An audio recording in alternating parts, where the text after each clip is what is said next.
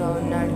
ఎన్నో శ్రమలు వచ్చినప్పటికీ దేవుని విడువక, దేవుని దూషించగా ఉన్నప్పుడు రెండింతల ఆశీర్వాదమును దేవుడు దయచేసిన దేవుడై ఉన్నారు. అంతేకాకుండా ఎంతో సౌందర్యవంతులైన కుమార్తెలను ఆ ఊసు దేశంలోనే అలాంటి కుమార్తెలు ఎవరికి కూడా లేరు అని వాక్యం సెలవిస్తుంది.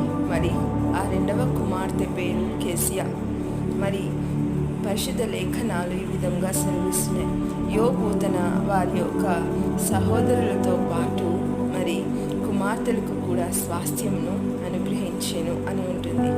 మరి బాహ్య సౌందర్యమే కాకుండా మనం కూడా ప్రభు ఎదుట యథార్థతతో ఉన్నప్పుడు, మరి అంతరంగిక సౌందర్యం కలిగి ఉన్నప్పుడు దేవుడు మనల్ని మెచ్చి మనకు కూడా స్వాస్థ్యం ఇచ్చే దేవుడై ఉన్నారు. మనోహరమైన స్థలములలో పాలు ప్రాప్తించెను అని కీర్తనకారుడు